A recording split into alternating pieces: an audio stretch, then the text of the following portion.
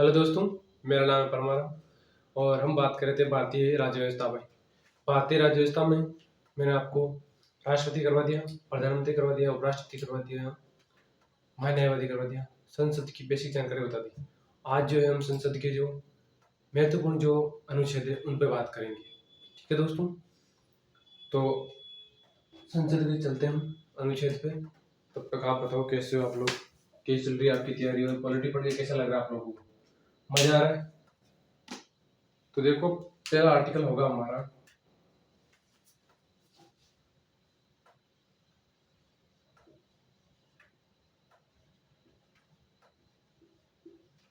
अनुच्छेद। देखो मैं एक बार आपको सुनो, यहाँ मैं लिख रहा हूँ संसद। एक बार मैं आपको समझाता हूँ मैंने क्या क्या करवा दिया आपको संसद के कौन सा आर्टिकल। संसद, ठीक है। संसद में मैंने आपको देखो लोकसभा, राज्यसभा, ठीक है, इसका आर्टिकल बताया मैंने। लोकसभा का 81, राज्यसभा का 80, ये बता दिया, और इसका बता दिया मैंने 79। ये थी इनकी ट्रिक, बताऊंगा आपको। इसकी ट्रिक है सरला सरला, से संसद, रे से राज्यसभा और ले से लोकसभा।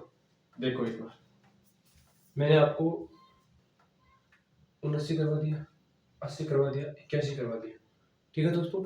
और जो है संसद के जो आर्टिकल बताया, संसद की जो ट्रिक है कि सरला सरला नाम से संसद, रे से राज्यसभा, ले से लोकसभा, ये थी इसकी ट्रिक। यहाँ तक हमने जो है मैंने बता दिया। आगे जो आर्टिकल है महत्वपूर्ण वो मैं आपको बता देता हूँ। देख लिया आपने? मिटा दूं इनको? ठीक है।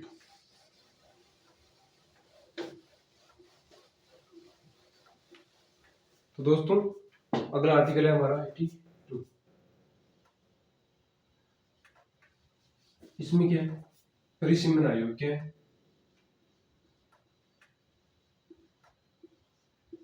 परिसीमन आयोग क्या है? परिसीमन आयोग।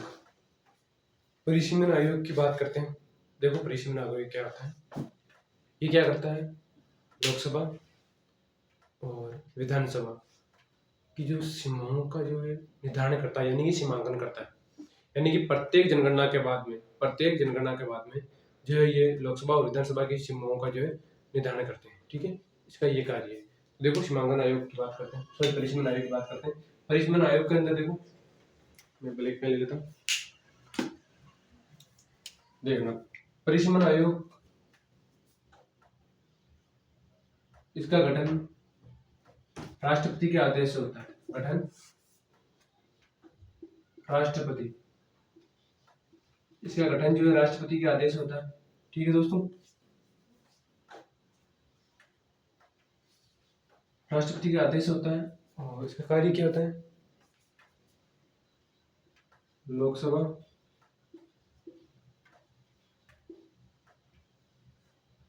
और लोकसभा और विधानसभा, लोकसभा और विधानसभा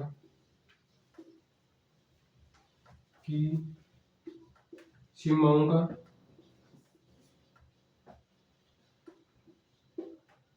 सीमांकन करना। क्या करना?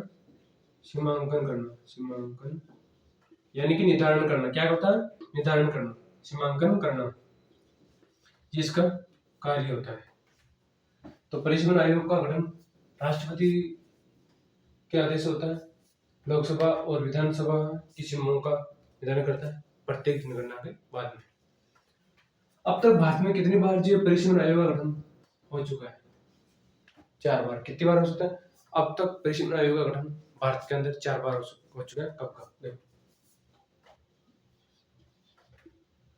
अब तक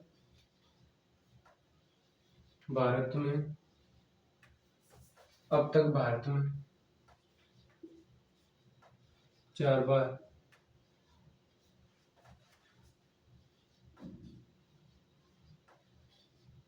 परिसीमन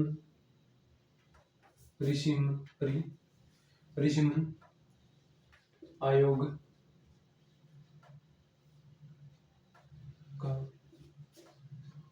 गठन हो चुका है। ठीक है, हो चुका है। तो दोस्तों देखो, अब तक भारत में 4 बार जो परिसीमन आयोग का गठन हो चुका है। कब कब हुआ वो हम देखते हैं। ठीक है, देखो मैं यहाँ लिख रहा हूँ दोस्तों। पहला हुआ 1952 में। रुको, एक मिनट साइड लगा लो, इसको थोड़ी साइड करनी। अरे भाई साहब, भैया आप मेरा फोन पड़ा है, तो ध्यान रखना फोन का।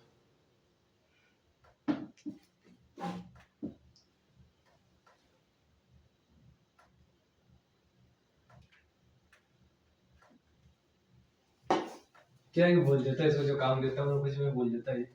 देखो 1900 पहले हुआ था 1952 में, फिर हुआ 1962 में, फिर हुआ 1972 में, और फिर कब हुआ 1972 का कब हुआ 2002। देखो अब तक कितनी बार गठित हो चुका है, 4 बार। कब, कितनी बार, 4 बार।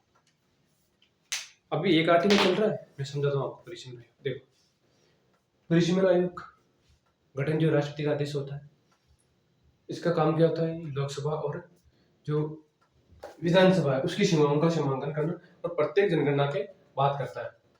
अब तक भारत के अंदर जो परिसीमन आयोग का गठन 4 बार हो चुका है, 1952, 1962, 1972 और 2002। परिसीमन आयोग का जो निर्णय वो अंतिम होता है। यह अपनी रिपोर्ट जो है संसद में रखता है, लेकिन संसद इसमें कुछ भी फेरबदल या संशोधन नहीं कर सकती। समझ रहे हो? तो ये है आपका पूरा परिसीमन आयोग। तो दोस्तों अब देखो, मैंने एक आर्टिकल को कितना डिटेल से करवाया, कुछ नहीं है ये, मैं क्या करूँ, कुछ भी नहीं बताया आपको, मैंने ऊपर ऊपर से बताया परिसीमन आयोग के अंदर बहुत सारी चीजें, लेकिन मैं आपको वही सारी चीजें बता रहा हूँ जो आपके लायक है। देखो एक बार आप अच्छे से भाई, एक बार इसको आप शूट कर लो, एक बार शूट कर लो, एक बार इसको।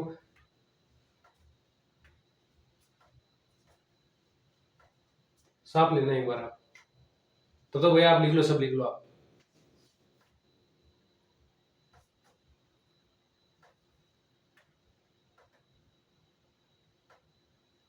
हो गया, ओके, चले आगे। क्या है, फिर मेरे को भी इनको मैं लिख के रखता हूँ, तो सोचता हूँ कि एक बार मैं देख लेता हूँ। एक बार गठन राष्ट्रपति, लोकसभा और विधानसभा की सीमाओं का सीमांकन करना। अब तक भारत में 4 बार परिसीमन आयोग का गठन हो चुका है, 1952, 1962, 1972, 2002। ओके दोस्तों, चलते हैं आगे। अब चलो हम आगे एक आर्टिकल में। संसद जो है पॉलिटिकल के अंदर सबसे बड़ा टॉपिक, सॉरी हाँ, पॉलिटिकल के अंदर जो सबसे बड़ा टॉपिक यही है, सबसे ज्यादा मारने वाला टॉपिक यही है, यही मारता है, बाकी कोई टॉपिक नहीं मारता, क्योंकि इसमें जो टाइम बहुत ज्यादा लगता है। वो तो मैं आपको सारे आर्टिकल करवा ही नहीं रहा हूँ ना, सारी जानकारी दे रहा हूँ, बस नॉर्मल जानकारी है तो आपके लिए। चलते हैं आगे। अब मैं आपको आर्टिकल दिखाता हूँ। 83 नहीं लिखा और 5, चलो एक लिखो आप 85। इसमें क्या है, इसमें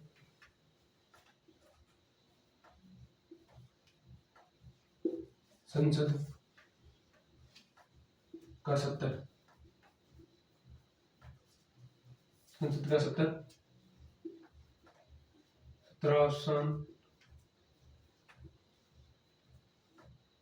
या विघटन।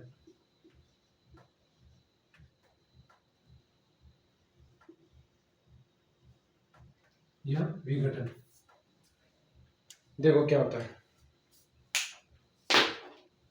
मैं आपको एक एक चीज समझाता हूँ। पहली मैं लिख रहा हूँ, पहले जो है मैं सबसे पहले ये लिखूंगा, संसद का 70, संसद का 70 बुलाना, संसद का 70 बुलाना है, यानी कि इसे क्या बोलते हैं, 17 आउट, क्या बोलते हैं, 17 आउट। कल दोस्तों मैंने वीडियो तो बनाया था संसद पे, लेकिन मेरे जो टेक्निकल टीम है, मेरे ये भाई साहब इन्होंने वीडियो डिलीट कर दिया। अब बताओ कितनी मेहनत लगी होगी मुझे, 1 घंटे का वीडियो था वो कम से कम आधे 1 घंटे का हटा दिया, क्या करें बताओ। दूसरा है संसद का सत्र समाप्त करना, समाप्त करना, इसे बोलते हैं सत्रावसान। क्या बोलते हैं? सत्रावसान। मेरे से नाम ही नहीं आते इसे, क्या कर सत्रह, सो ये लिख देता हूँ 17 ये 17 ठीक है। फिर देखो राष्ट्रपति, ये राष्ट्रपति भाई साहब जो है ना, भाई साहब उनके पास जो पावर है ना, बस बात खत्म। फिर तो देखो आप ये जब अपने पावर पे आते हैं फिर कुछ नहीं छोड़ते। राष्ट्रपति केंद्रीय मंत्री परिषद, केंद्रीय मंत्री परिषद, केंद्रीय मंत्री परिषद की सलाह से सत्र या बैठक उनकी विघटित कर सकते हैं। क्या कर सकते हैं? संसद या बैठक का विघटन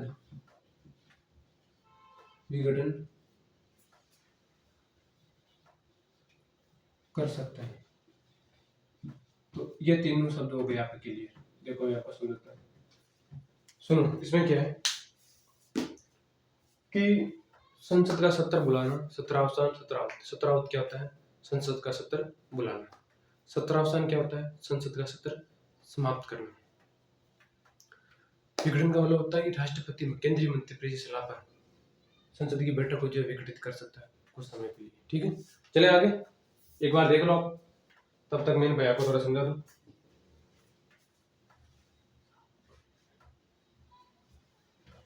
लिख लिया आपने? ओके बिठा दूं? लिख लो आप जब तक एक बार।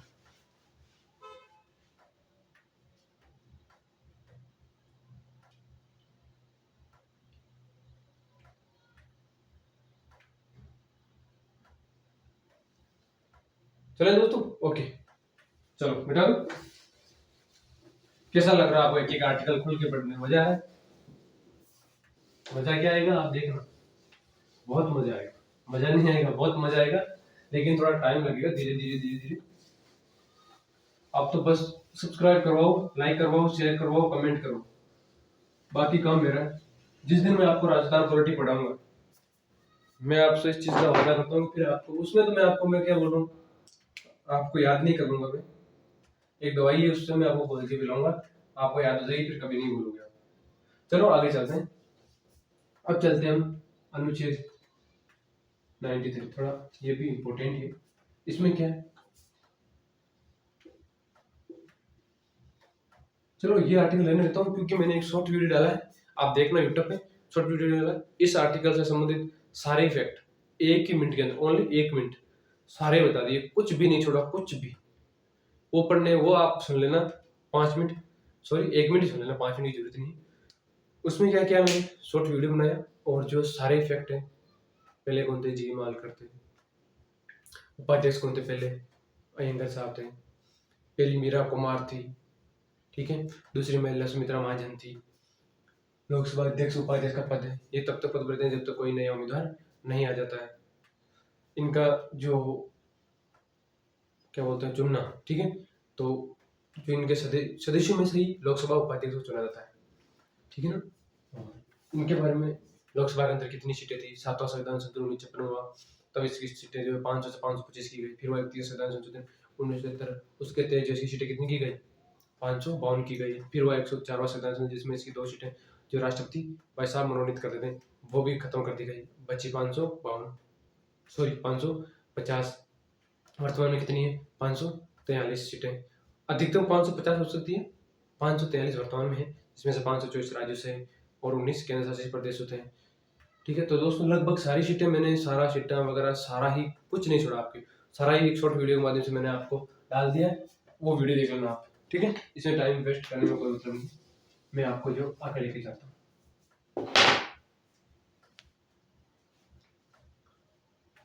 एक और गया है, और कौन सा था प्रश्न 99। एक बार ये देखो अनुच्छेद 99, ये देखो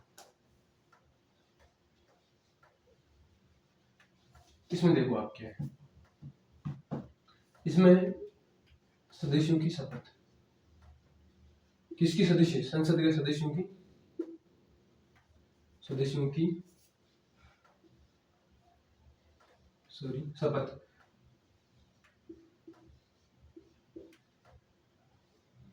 अब देखो पहले मैं आपको प्रोसेस समझाता हूँ, फिर आपको मैं लिखाऊंगा। ओके, देखो एक बार, देखो ये है राष्ट्रपति, कौन है, ये है राष्ट्रपति।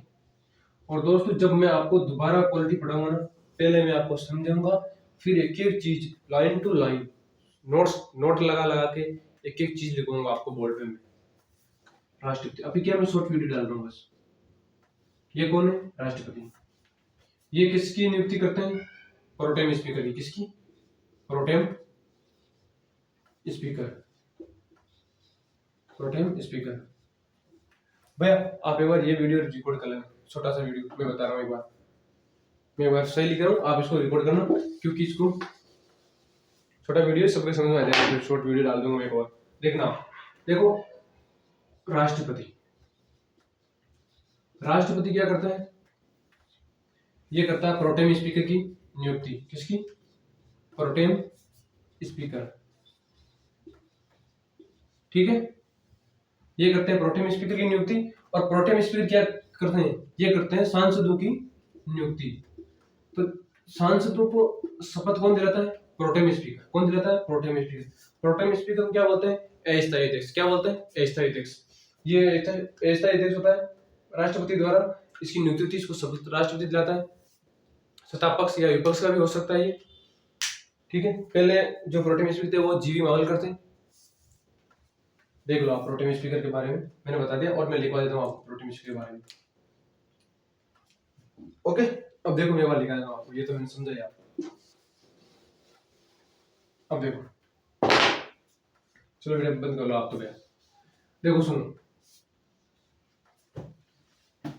इसमें है सदस्यों की शपथ, यानी कि सांसदों में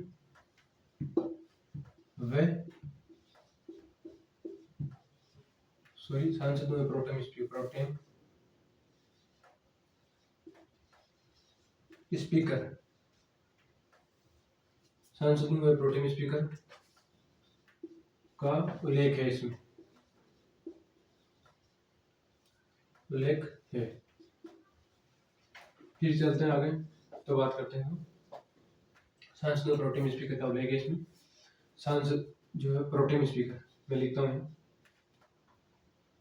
प्रोटेम स्पीकर। प्रोटेम स्पीकर को क्या बोलते हैं, अस्थायी अध्यक्ष। क्या बोलते हैं, अस्थायी अध्यक्ष। प्रोटेम स्पीकर यानी कि अस्थायी अध्यक्ष, अस्थायी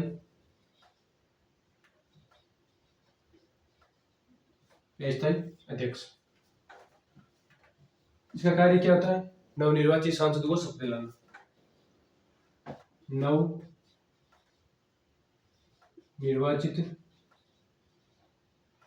नवनिर्वाचित सांसदों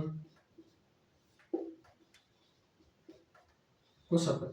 ठीक है, इसका कार्य क्या था, नवनिर्वाचित सांसदों को शपथ दिलाना। और प्रथम कौन थे, मैं थोड़ा इसमें मैं लिख रहा हूँ यहाँ। प्रथम कौन थे, बताओ कौन थे, जीवी मावलकर। कौन थे, जीवी मावलकर।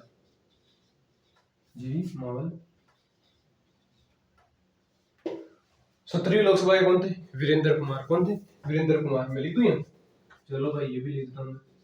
17वीं लोकसभा के कौन थे, वीरेंद्र कुमार। कौन थे, वीरेंद्र कुमार।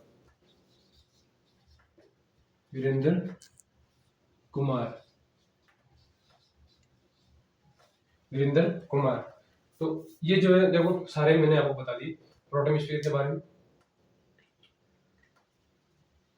देखो प्रोटेम स्पीकर को शपथ दिलाता है राष्ट्रपति, ठीक है, और प्रोटेम स्पीकर को राष्ट्रपति दिलाता है और प्रोटेम स्पीकर सांसदों को शपथ दिलाता है। प्रोटेम स्पीकर का पद जो है प्रोटेम स्पीकर ऐसा ही देश है, नवनिर्वाचित सांसदों को शपथ दिलाने से कार्य होता है। प्रथम थे जी मालकर और 17वीं लोकसभा के थे वीरेंद्र कुमार। 18वीं लोकसभा का गठन हो चुका है, कार्य करना प्रारंभ कर दिया है। उससे बात करेंगे जैसे ही मेरे संसद टॉपिक क्लियर होगा, एक वीडियो और लाऊंगा इसके बारे में, संसद के बारे में। जैसे ये वीडियो मेरा क्लियर होगा उसके बाद जो मैं नई लोकसभा पढ़ाऊंगा आपको, जितने भी चुनाव संबंधी फैक्ट है सारे में एक वीडियो डालूंगा। चलते हैं आगे। ये देख लिया आपने, मिटा दो, मिटा दिया, ओके दोस्तों, अब मिटा देता हूँ इनको।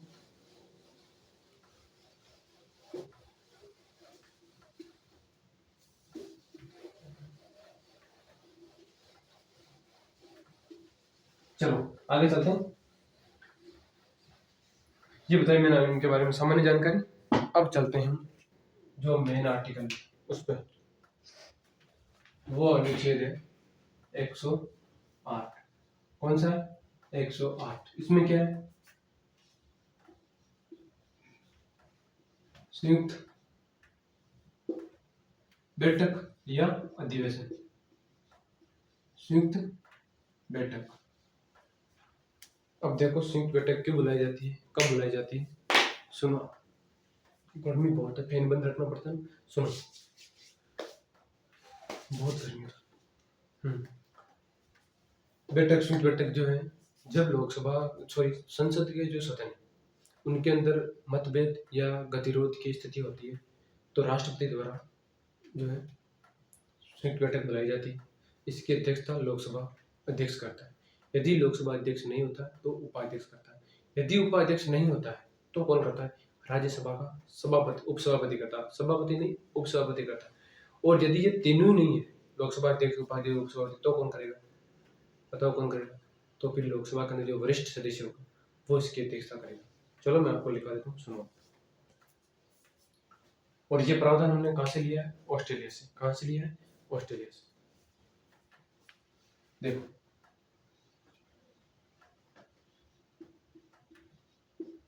ये प्रावधान कहाँ से लिया है संयुक्त बैठक का? ऑस्ट्रेलिया। कहाँ से? ऑस्ट्रेलिया। ओके। आहूत कौन करता है, यानी कि बुलाता कौन है? आहूत, सॉरी, आयोजन। चल जाए मेरे भाई। आयोजन कौन करता है? आयोजन करते हैं राष्ट्रपति। कौन करते हैं? राष्ट्रपति। कौन करते हैं? राष्ट्रपति। इसका आयोजन राष्ट्रपति करते हैं। फिर इसकी अध्यक्षता कौन करते हैं? अध्यक्षता लोकसभा, लोकसभा, लोकसभा अध्यक्ष। कौन करता है? लोकसभा अध्यक्ष, लोकसभा अध्यक्ष। यदि लोकसभा अध्यक्ष नहीं है तो कौन करेगा? उपाध्यक्ष। उपाध्यक्ष नहीं है तो कौन करेगा? राज्यसभा का उपसभापति। उपसभापति नहीं है तो कौन करेगा? लोकसभा का वरिष्ठ सदस्य। लोकसभा का जो वरिष्ठ सदस्य होगा उसका चयन किया जाएगा और वो भाई साहब जो यहाँ क्या करेंगे? अध्यक्षता करेंगे। ओके, चलो आगे चलते हैं।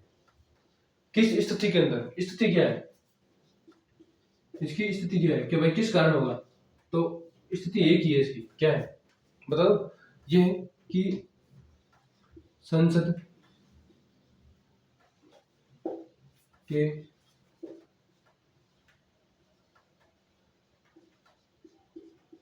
दोनों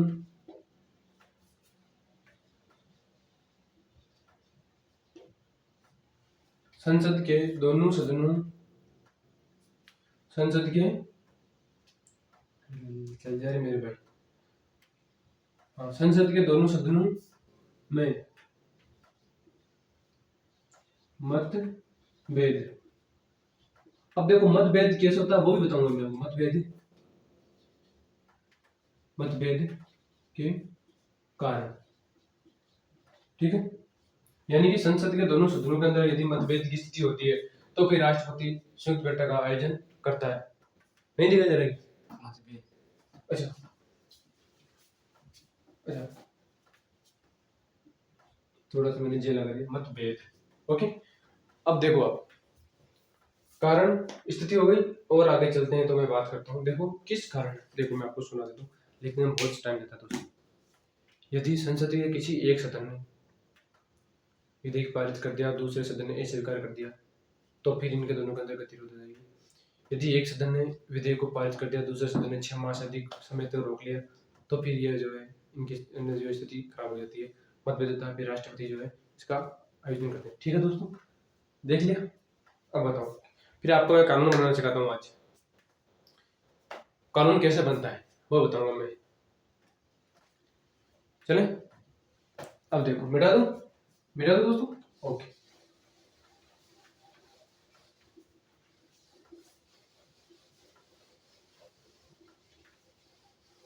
मैं थोड़ा सा 1 मिनट इस भैया को समझा दूं कि कैसे क्या करना है। सुनो, इधर आओ।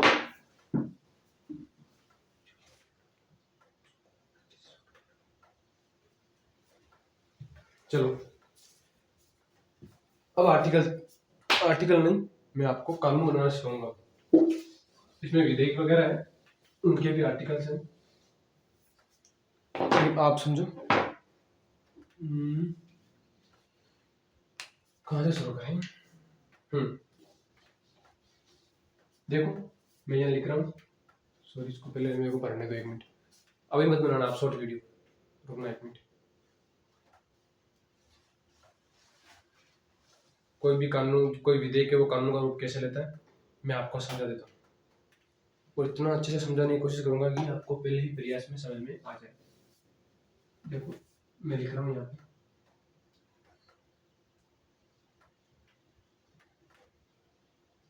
विधेयक।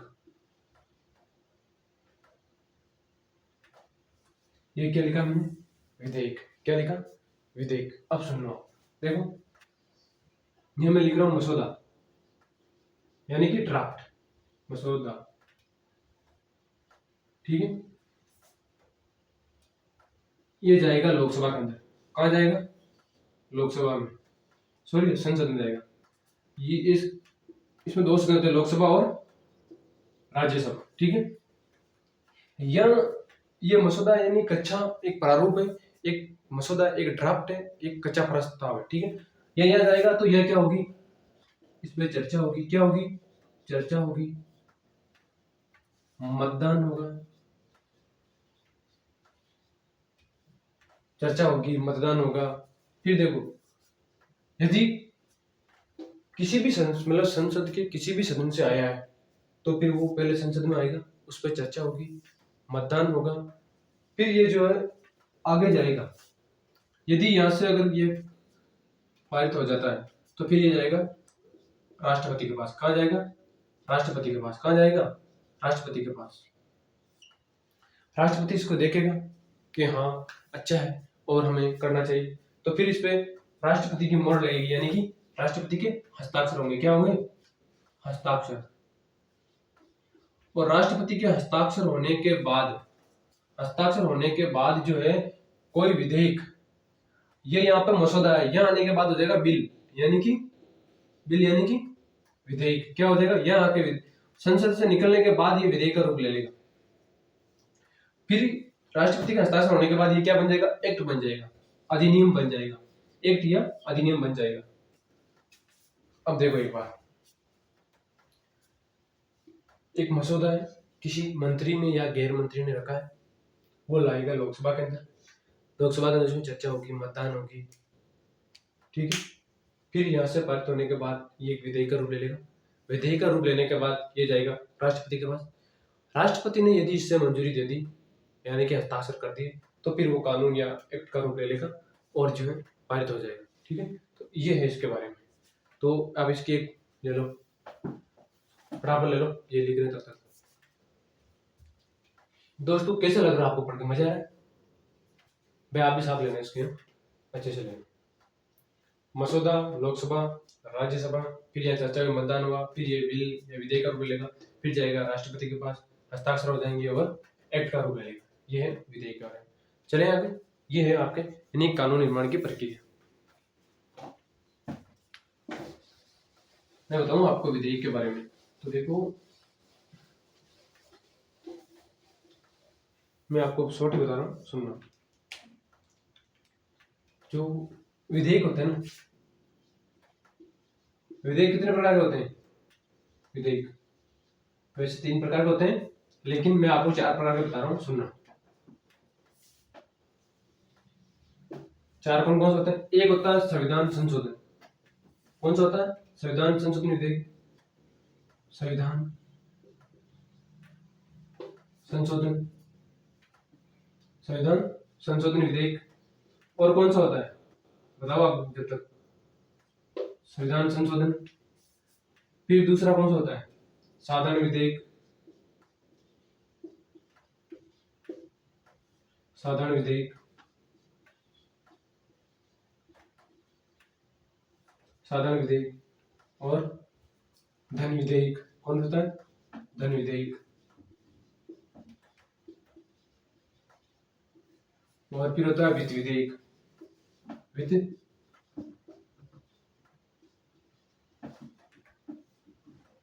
कौन सा होता है? वित्त विधेयक, वित्त विधेयक। 4 प्रकार के होते हैं। एक होता है संविधान संशोधन, ये होता है 368। ये होता है साधारण विधेयक 107। धन विधेयक होता है 109। 9 के अंदर जो है इसकी बताई गई है प्रक्रिया। और वित्त विधेयक ये होता है 117। 110 और 109 110 के अंदर जो धन विधेयक के बारे में बताया गया है। देखो साधारण विधेयक तो जो है, सुनो, संविधान संशोधन ये एक टॉपिक है कम से कम 10 दिन का, यानी कि 10 घंटे का, ठीक है। इसको हम अलग से बात करेंगे। साधारण विधेयक किसी मंत्री द्वारा लाया जाएगा और किसी भी सदन में लाया जा सकता है। राष्ट्रपति पुनर्विचार हेतु पटाख भी सकता है, ठीक है। और लाने के लिए राष्ट्रपति की जो है पहले अनुमति, लाने से पहले अनुमति लेने की जरूरत नहीं है। ये तो इसके अंदर है साधारण विधेयक के अंदर। धन विधेयक जो है ये जरूरी है। धन विधेयक में क्या होता है कि राष्ट्रपति की पूर्व अनुमति के बाद ही आप ला सकते हो। ये सबसे पहले, ये नहीं कि राज्यसभा में लेके आ गए कहीं भी लेकर, नहीं, पहले आप लोकसभा में लेके आओगे। कहाँ लेके आओगे? लोकसभा में। लोकसभा में पारित होने के बाद ये जाएगा राज्यसभा में, और राज्यसभा में जाने के बाद राज्यसभा को 14 दिन के अंदर अंदर जो है इसे बताना होगा कि हाँ राज्यसभा इसमें कोई संशोधन नहीं कर सकती, राज्यसभा इसमें कोई हस्तक्षेप नहीं कर सकती, राज्यसभा इसमें कोई रोल नहीं होता। यदि लोकसभा से पारित हो गया तो राज्यसभा इसमें कोई हस्तक्षेप नहीं करेगी, राज्यसभा को इसमें साइन करने होंगे, इसको पारित करना ही होगा। फिर आएगा ये लोकसभा के अंदर, और यदि 14 दिन के अंदर राज्यसभा से पारित नहीं करती है तो वो अपने आप पारित समझा जाएगा। फिर जो है लोकसभा में आएगा, फिर जो है राष्ट्रपति के हस्ताक्षर होंगे। राष्ट्रपति ध्यान रखना इसके अंदर जो है पुनर्विचार नहीं लौटा सकता। क्यों नहीं लौटा सकता? क्योंकि राष्ट्रपति को पूछ के ही जो, अभी मान लो कि मैं हूँ, सुनो आप, मैं बताता हूँ आपको क्या होता है। जैसे मैं हूँ, मैं इस क्लास में पढ़ रहा हूँ, ठीक है, बैठा हूँ, मैं स्कूल के अंदर पढ़ रहा हूँ, मैं स्कूल छोड़ के जा रहा हूँ, तो मैं क्लास से निकल रहा हूँ तो मैंने टीचर को पूछ लिया कि सर मैं यहाँ जा रहा हूँ, आ रहा हूँ 2 मिनट के अंदर, ठीक है। और फिर मैं वापस आऊँगा तो फिर मॉनिटर बोलेगा तो कहाँ गया तेरा भाई? अरे मैं बोलूँगा मैं सर से पूछ के गया हूँ, ठीक है ना, सॉरी। मॉनिटर, चलो मॉनिटर नहीं पूछेगा तो सर ही पूछ लेंगे तो कहाँ गया था, तो मैं बोल सकता हूँ कि सर मैं आपको पूछ के गया था, ऐसे नहीं कहता, पहले आपने मेरे को बोला था यहाँ जाके आ जा, अब आप कैसे बदल रहे हो? भाई मैं क्लास से गया कि सर मैं कॉपी लेके आ रहा हूँ 5 मिनट के अंदर, तो जैसे मैं कॉपी लेके आया, सर ने बोल दिया कहाँ गया था भाई, तो मैं बोल दूंगा मैं तो यहीं गया था, तो वो बोलेंगे अरे यार तेरे को मैंने कब भेजा? अरे मैंने कहा मैंने ही भेजा, सॉरी आपने ही भेजा, ठीक है।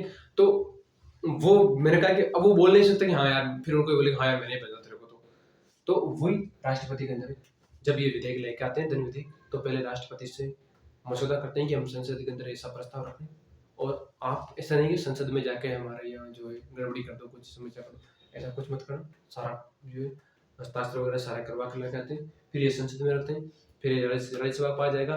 राज्यसभा जो इसमें कोई हस्तक्षेप नहीं करेगी, तो उसे 14 दिन के अंदर इसको वापिस लौटाना पड़ेगा, और ये जो है धन विधेयक जो है पारित हो जाता है, ठीक है ना। ये और वित्त विधेयक है कि वित्त और व्यय दोनों एक साथ होते हैं, ये कोई ज़्यादा जरूरी नहीं।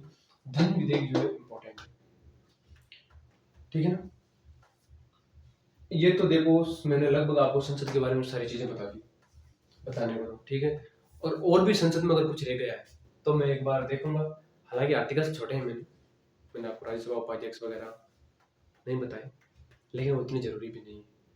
जो इम्पोर्टेंट आर्टिकल्स है वो सारे मैंने आपको करवा दिए। 121 जो है कि संसद जो है, 121 बता दूं मैं आपको क्या, उसमें क्या लिखा है कि जो संसद है वो न्यायालय की जो है कटौती नहीं, मतलब क्या बोलते हैं वो कि भाई विपक्ष में, मतलब संसद के अंदर जो है उस पर कोई अपनी चुगली या फिर विपक्ष, मतलब उसके विपरीत नहीं बोल सकते। संसद के अंदर आप कुछ भी उल्टा उल्टा नहीं बोल सकते संसद न्यायालय के बारे में। वही फिर उल्टा संसद न्यायालय पे लागू होता है कि न्यायालय जो है संसद की कार्रवाई के अंदर कुछ भी उल्टा पुल्टा नहीं बोलेगा, उसकी प्रक्रिया के बारे में कुछ भी नहीं बोलेगा, ठीक है ना। ये है और कुछ नहीं है। तो लगभग संसद लगभग सारे आर्टिकल करवा दिए। और भी अगर दोस्तों कहीं कुछ हुआ है, कुछ रह गया है तो मैं आपको करवा दूंगा। ये था हमारा संसद टॉपिक, मेरी तरफ से क्लियर है।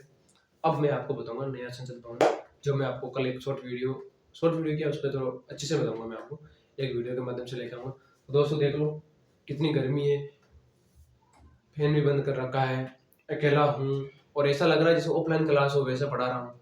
फिर भी आप मेरे चैनल को सब्सक्राइब नहीं कर रहे हो, लाइक नहीं कर रहे हो, शेयर नहीं कर रहे हो, कमेंट नहीं कर रहे हो, तो ये थोड़ी गलत बात है। आप प्यार दिखाओगे, मैं आपसे वादा करता हूँ कि इंडियन पॉलिटी का हमारी संसद हो जाएगी, उसके बाद मैं आपको करूँगा सुप्रीम कोर्ट 1 या 2 दिन में कंप्लीट करवा दूंगा। फिर हमारे चलेंगे हम आयोग पे। आयोग है जो 7-8 आयोग है, 1-1 घंटे का टॉपिक है, आधा घंटे का टॉपिक है। मैं आपको शॉर्ट करूंगा, वैसे भी तो 15-20 मिनट आधे घंटे का डालूंगा, तो मैं 7-8 दिन में वो कर दूंगा। यानी कि 15 या 20 जुलाई तक मैं इंडियन पॉलिटी जो है थोड़ी बहुत, पूरी नहीं बोल रहा हूँ, कंप्लीट को देखो। सॉरी, केंद्र राज्य संबंध बच जाता है, गठबंधन सरकारें, राजनीतिक दल, संघवाद, ठीक है, ऐसे टॉपिक है जो बच जाते हैं। राजनीतिक दल, दबाव समूह, ऐसे टॉपिक है, लेकिन ये यूपीएससी IARS इनमें लेते हैं और इतना मैं आपको पढ़ा भी नहीं सकता, ना मैं आपको पढ़ाऊंगा इतने टॉपिक। हाँ, जो अगर मेरे इनमें जो इंपॉर्टेंट फैक्ट्स है वो सारे मैं आपको क्लियर करूंगा, ये मेरी गारंटी है आपसे। उनमें मैं डीप से नहीं करूंगा जो इतने आ रहे हैं, क्योंकि उसमें से आप देख लेना क्वेश्चन नहीं आते इतने, जिनसे आते हैं वो मैं आपको इतना डिटेल से कराऊंगा। फिर आपको कहीं भी, अब कहीं मैच कर लेना मेरे पढ़ाई हुए से। मैं नहीं कह रहा कि भाई पढ़ाई हुए से ही जो कुछ होता है, लेकिन मेरा जो है कि अनुभव है, 6-7 साल हो गए इसमें, तो मैं आपको मतलब अच्छे से करवा दूंगा। तो आप बस इतना ही रखो कि आप मेरे चैनल को जो है सब्सक्राइब करें, लाइक करें, क्योंकि अभी देखो जो बाकी टीचर है उनसे हम पढ़े हैं तो इतना तो हम नहीं कर पाएंगे, लेकिन हाँ उनका 100 में से अगर मैं 10% भी तो मैं करवा भी सकता हूँ, इतना तो है। तो आप मेरे चैनल को लाइक करें, शेयर करें और कमेंट करें, और सब्सक्राइब करना ना भूलें दोस्तों। चैनल को सब्सक्राइब